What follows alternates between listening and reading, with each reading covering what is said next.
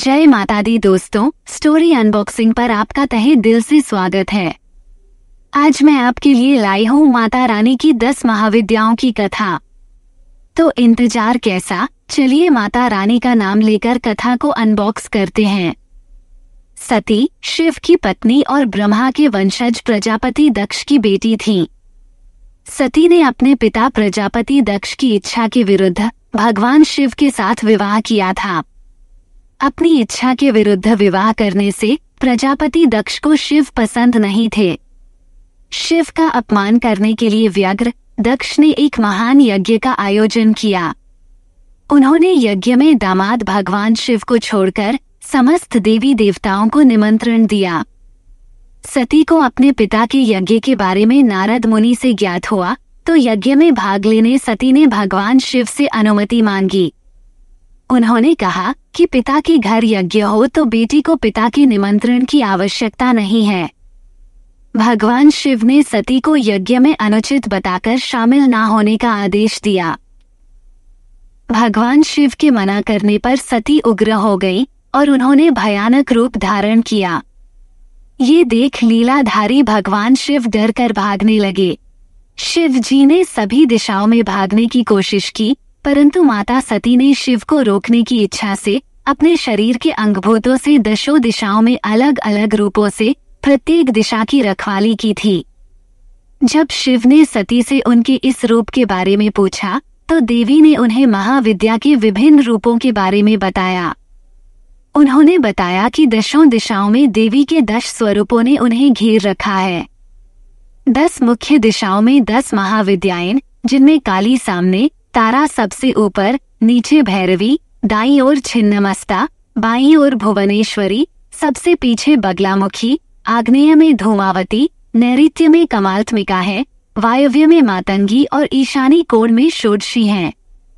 आखिरकार शिव को उसे अनुमति देनी पड़ी और परिणाम सभी को पता है। दक्ष ने भगवती सती और उनके पति का अपमान किया।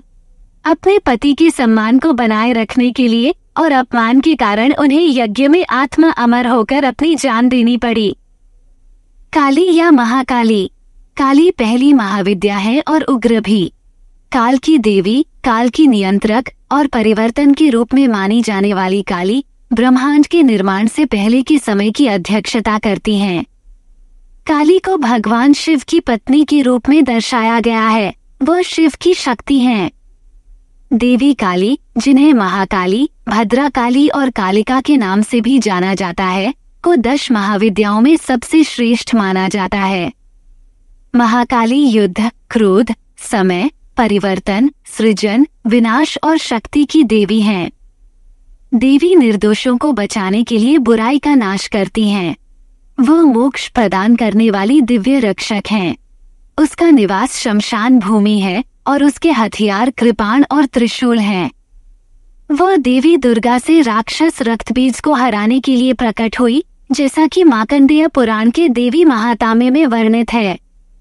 रक्तबीज, जिसका रक्त बीज के समान था, अपने पर हुए वार से जमीन पर टपकी खून की बूंद से पुनः नया रक्तबीज खड़ा हो उठता था। कुछ ही समय में युद्ध भूमि पर चारों ओर रक्तबीज ही दिख पड़ते थे। माता ने उसका वध कर उसके रक्त को अपने जिह्वा पर रख लिया और इस प्रकार उसका नाश किया। काली के अन्य रूप हैं दक्षिणा काली, संहार काली, भीमा काली, रक्षा काली, भद्र काली, गुह्य काली। विभिन्न परंपराओं के अनुसार काली के 8, 12 और 21 अलग अलग रूप माने जाते हैं। उनमें से लोकप्रिय है आद्या काली, चिंतामणि काली, स्पर्शमणि काली, संतति काली, सिद्धि काली, दक्षिणा काली, भद्रा काली, शमशान काली, अधर्वन भद्र काली, कामकला काली, गुह्य काली, हसा काली, श्यामा काली और कालसंकर्षिणी काली। तारा या नीला सरस्वती। तारा, नीलवर्णी महाविद्या, वह देवी है जो परम ज्ञान प्रदान करती है और मोक्ष देती है। इन्हें नील सरस्वती के नाम से भी जाना जाता है। उसके हथियार खड्ग, तलवार और कैंची हैं। देवी तारा करुणा और सुरक्षा की देवी हैं। उनकी पूजा हिंदू और बौद्ध दोनों धर्मों में की जाती है। उन्हें कभी कभी महिला बुद्ध के रूप में भी माना जाता है। समुद्र मंथन के दौरान जब विष निकला और ब्रह्मांड को बचाने के लिए शिव भगवान ने उसे पी लिया और बेहोश हो गए। देवी दुर्गा ने देवी तारा का रूप धारण किया। विष का प्रभाव कम करने के लिए उन्होंने शिव को अपनी गोद में लिया और स्तनपान कराया। देवी तारा की पूजा उनकी मातृ प्रवृत्ति के लिए की जाती है। देवी त्रिपुर सुंदरी या षोडशी। माँ षोडशी तीसरी महाविद्या है, जिन्हें कभी कभी देवी त्रिपुर सुंदरी के समान देखा जाता है। जैसा कि नाम से स्पष्ट है, देवी षोडशी तीनों लोकों में सबसे सुंदर हैं। महाविद्याओं में वह देवी पार्वती का प्रतिनिधित्व करती हैं और तांत्रिक पार्वती के रूप में भी जानी जाती हैं। माता का चित्रण 16 वर्षीय कन्या के रूप में किया जाता है और माना जाता है कि वे 16 प्रकार की इच्छाओं का प्रतीक हैं। देवी षोडशी को महान श्री यंत्र के रूप में भी चित्रित और पूजा जाता है। उनका रंग उगते सूरज की रोशनी से चमकता है।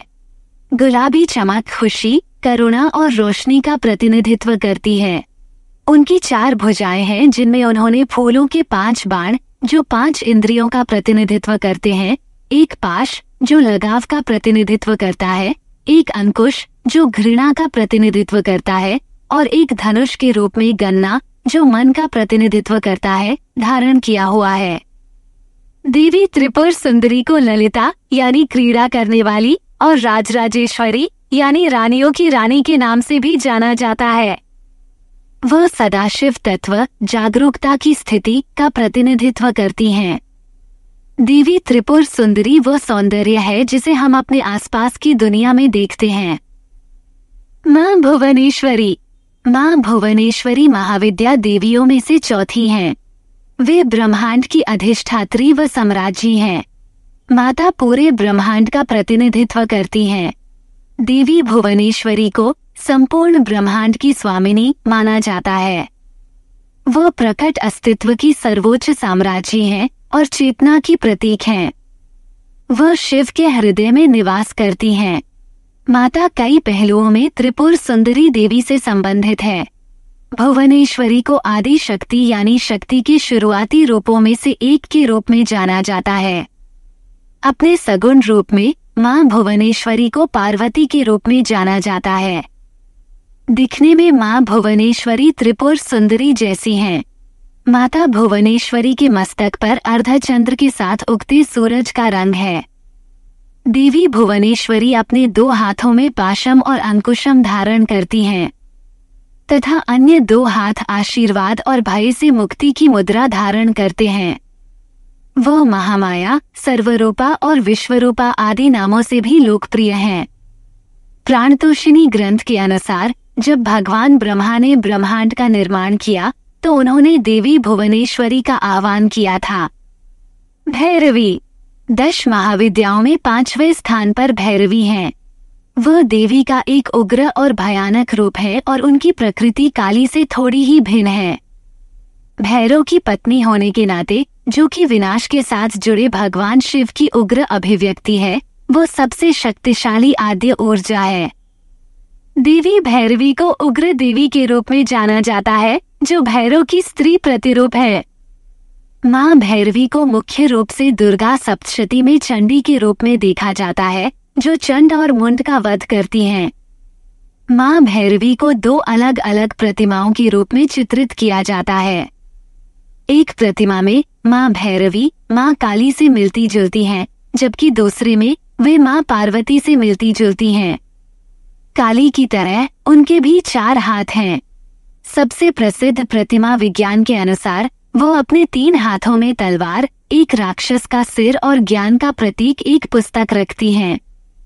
चौथा हाथ अभय मुद्रा प्रस्तुत करता है, जो भक्तों को भय और चिंता से दूर रहने का आग्रह करता है। देवी भैरवी को सकल सिद्धि भैरवी भी कहा जाता है, जो सभी सिद्धियों की प्रदाता है। देवी छिन्नमस्ता। माँ छिन्नमस्ता 10 महाविद्याओं में 6ठे स्थान पर हैं और उन्हें स्वयंभू देवी के रूप में जाना जाता है। उन्हें प्रसन्न चंडिका के नाम से भी जाना जाता है। उसकी उत्पत्ति के बारे में कई किंवदंतियां हैं। हालांकि उनमें से अधिकांश का मूल ये है कि उन्होंने जगत कल्याण के भाव से अपना मस्तक काट लिया। छिन्नमस्ता माँ की प्रतिमा भयावह परंतु दिव्य है, जिसमें स्वयंभू देवी माँ को एक हाथ में अपना कटा हुआ सिर और दूसरे में एक कटार पकड़े हुए दिखाया गया है। उनकी खून बह रही गर्दन से खून की 3 धाराएं निकल रही हैं और उनके कटे हुए सिर से निकल रही रक्त की धार का पान देवी की 2 परिचारिकाएं डाकिनी और वर्णिनी कर रही हैं। कहते हैं कि अपनी परिचारिकाओं की क्षुधा को शांत करने के लिए उन्होंने ऐसा किया। देवी छिन्नमस्ता जीवन दायिनी और जीवन लेने वाली दोनों हैं। उन्हें प्रचंड चंडिका और जोगनी माँ के नाम से भी जाना जाता है। एक बार देवी पार्वती डाकिनी और वर्णिनी, जिन्हें जया और विजया भी कहा जाता है, के साथ मंदाकिनी नदी में स्नान करने गईं। लौटते समय जया और विजया को भूख लगी और उन्होंने पार्वती से भोजन मांगा। पार्वती ने उन्हें घर पहुंचने तक प्रतीक्षा करने को कहा। वे अपनी भूख बर्दाश्त नहीं कर सकीं। तब देवी ने अपने नाखूनों से अपना सिर काट लिया और अपने रक्त से उनकी भूख मिटाई। देवी छिन्नमस्ता का रक्त प्राण जीवन शक्ति का प्रतिनिधित्व करता है। माँ धूमावती। धूमावती 10 महाविद्या देवियों में से 7वीं है। देवी धूमावती एक बूढ़ी विधवा है और अशुभ और अनाकर्षक मानी जाने वाली चीजों से जुड़ी है। वह हमेशा भूखी प्यासी रहती है, जो झगड़े की शुरुआत करती है। पारिभाषिक रूप से धूमावती का अर्थ है वो जो धुएं से बनी है।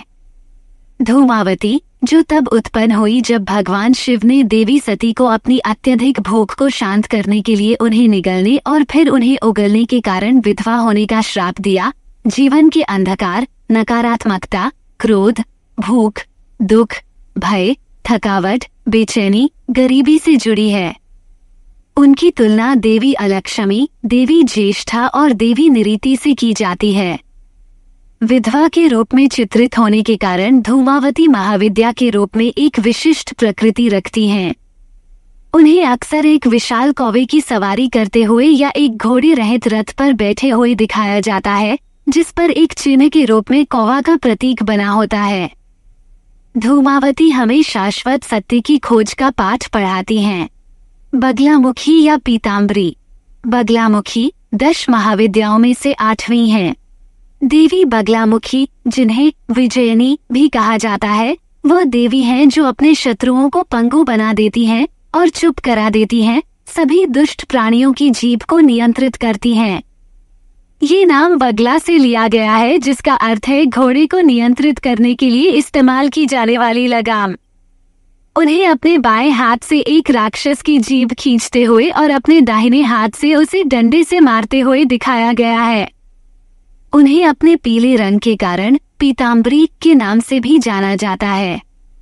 पौराणिक कथाओं के अनुसार देवताओं ने पीले पानी की साधना की, क्योंकि वे एक बहुत शक्तिशाली राक्षस रुरु की गतिविधियों से बहुत चिंतित थे, जिसने ब्रह्मा को प्रसन्न करने के लिए कई तपस्याएं की थीं।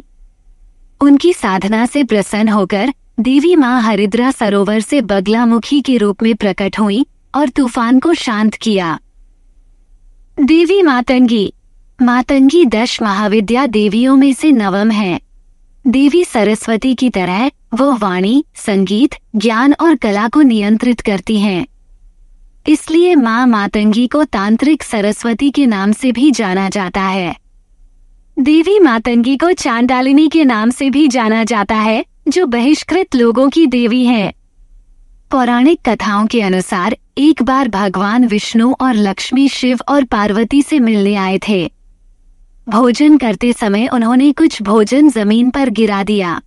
उच्छिष्ट बचे हुए में से एक युवती प्रकट हुई और उसने उनका बचा हुआ भोजन मांगा।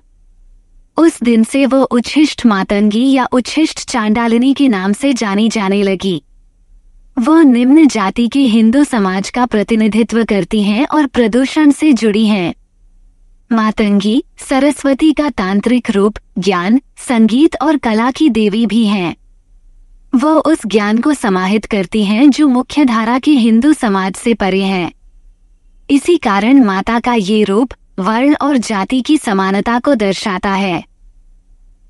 माँ कमला। माँ कमला या कमलात्मिका 10 महाविद्या देवियों में से 10वीं हैं। माँ कमला को देवी का सबसे सर्वोच्च रूप माना जाता है, जो अपने सुंदर पहलू की परिपूर्णता में है। उनकी तुलना न केवल देवी लक्ष्मी से की जाती है, बल्कि कई स्थान पर उन्हें देवी लक्ष्मी ही माना जाता है। उन्हें तांत्रिक लक्ष्मी के नाम से भी जाना जाता है। कमला के रूप में देवी समृद्धि और धन, उर्वरता और फसल और सौभाग्य प्रदान करती हैं। इसलिए वह धन और धान्य यानी धन और अनाज दोनों की देवी हैं। देवी कमला देवी लक्ष्मी के समान है।